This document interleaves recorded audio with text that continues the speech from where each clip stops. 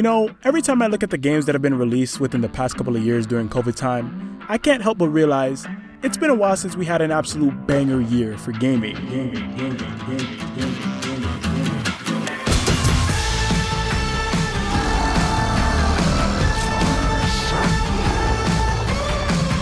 know anything at all about us! Daniel! This is what you trained for! Now pick up that banger!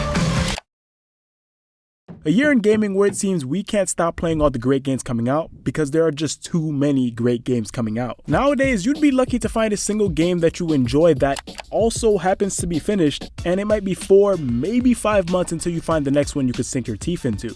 And unfortunately, that's just the sad reality of gaming in recent years. Heck, some of the best games that came out in 2021 include Halo Infinite, which if you're not a multiplayer guy, you could finish in 2 sittings. Deathloop, which was alright all things considered, but I think the trailers made it look way cooler than it actually is. Resident Evil Village, which was good, but in my opinion not as good as Resident Evil 7, and you could finish it in 1 sitting. Forza Horizon 5, a racing simulator. Psychonauts 2, which if you're under the age of 27, you have no clue what this series even is. Far Cry 6, God, they're still making these? Ratchet & Clank Rift Apart, which had so much potential in my opinion, but I don't think I've ever played a game more okay than this one. And Kena Bridge of Spirits, which in my opinion was probably the best game I played all of last year, full stop. Now, when you look at this list of games, I don't think anybody could call them bad. In fact, I think generally speaking, they all did what they set out to accomplish, and most people would say that they were a welcome addition to the respective genres. Of course, some are better than others, but they all received favorable reviews. Now take a step back and look at them again.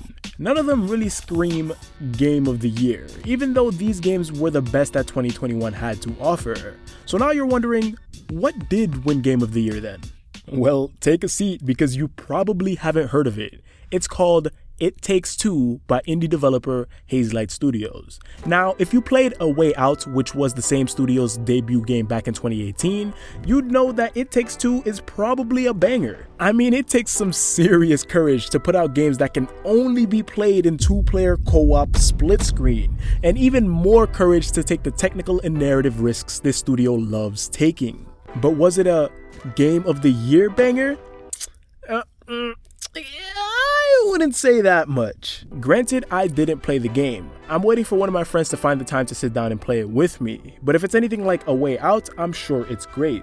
But the fact that it won Game of the Year as an indie game is an indication of just how low the competition had been in 2021.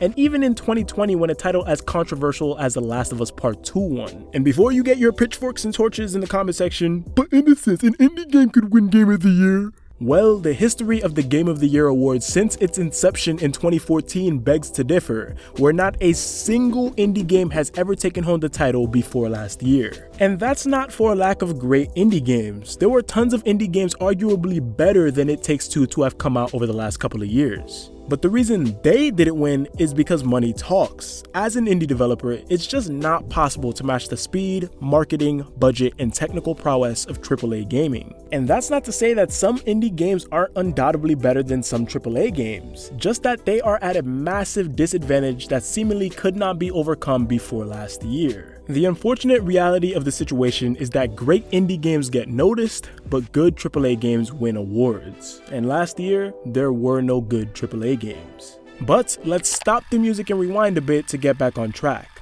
None of the best games of 2021 really screamed Game of the Year. What has happened to gaming in recent times? I mean, it wasn't that long ago that we just experienced one of the best years gaming has ever offered to us. And I think a lot of people tend to forget just how good we had it. At some point in the past, consoles were easy to get a hold of, you could build a PC for less than the price of your left kidney, and you always had a great game to play all year round. Like, there were more great games coming out than Netflix shows, and that's freaking saying a lot considering they release a new one every effing femtosecond. So were we in the golden age of gaming production, and what we're experiencing now is just the new normal? Or have we entered a slump that we'll one day recover from? This video won't answer that question. In fact, I don't think there is any one straightforward answer to it. All I know is that gaming isn't the same, and it hasn't been for a while. Corona shook things up in a way that no one ever saw coming, and we've been seeing its implications on the games we play, and we might continue to see them for quite some time. I think a lot of people, especially the ones who are just now getting into gaming for the first time, don't realize how things have changed and are perfectly content with the way things are now. But it takes a recollection of just 5 short years ago to break the trance and realize, yeah, no, these past couple of years I've sucked beyond reasonable belief. Of course, I'm talking about 2017.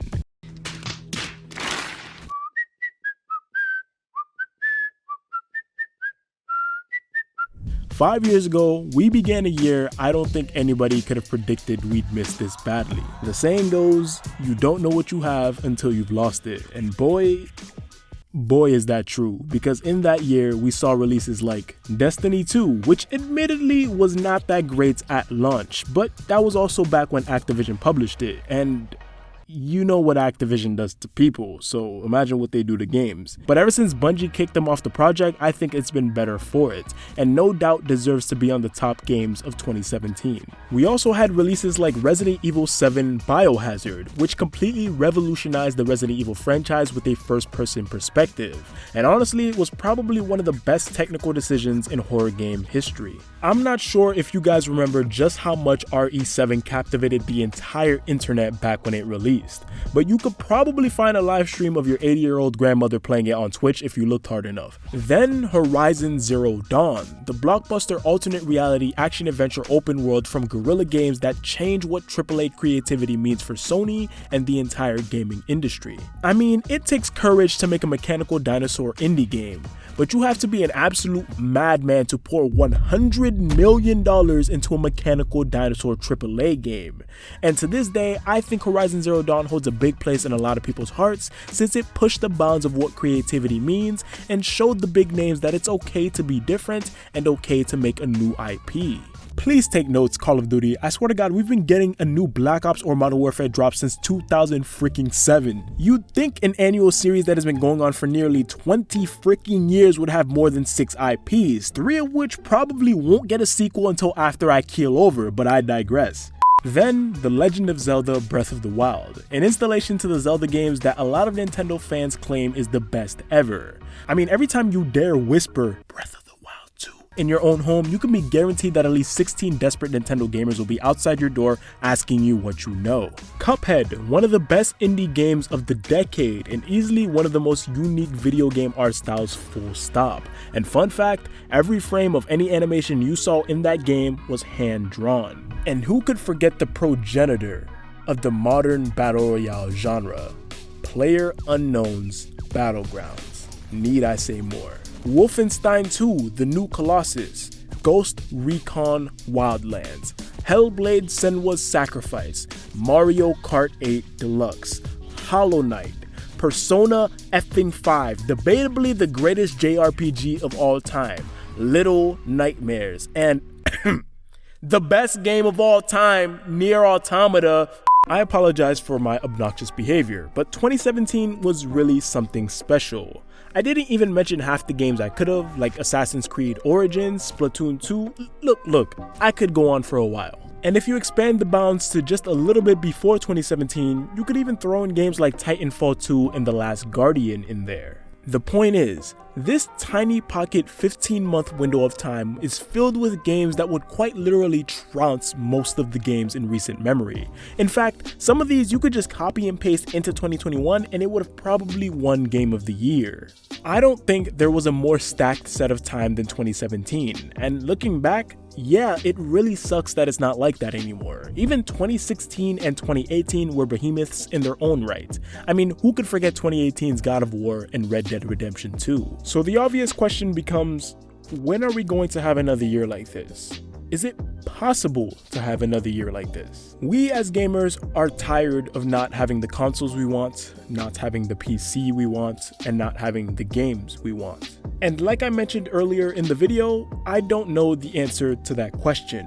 After the last couple of years, my faith in AAA gaming has slowly descended to about as low as it could get without physically moving through the core of the earth. And that's bad, considering I'm used to getting used and being disappointed. If Call of Duty was my boyfriend, this would be a pretty bad domestic violence case. I'm still playing Vanguard. Have you seen the state of that game? It's more broken than the ice cream machine at McDonald's or the check engine light in your 2005 Honda Civic. I'm talking one wrong move and your engine vanishes faster than Cheez-Its at a Weight Watchers meeting. Like, it's bad, but I'm probably still going to buy the next one because of some weird form of COD Stockholm Syndrome. Man, f my life.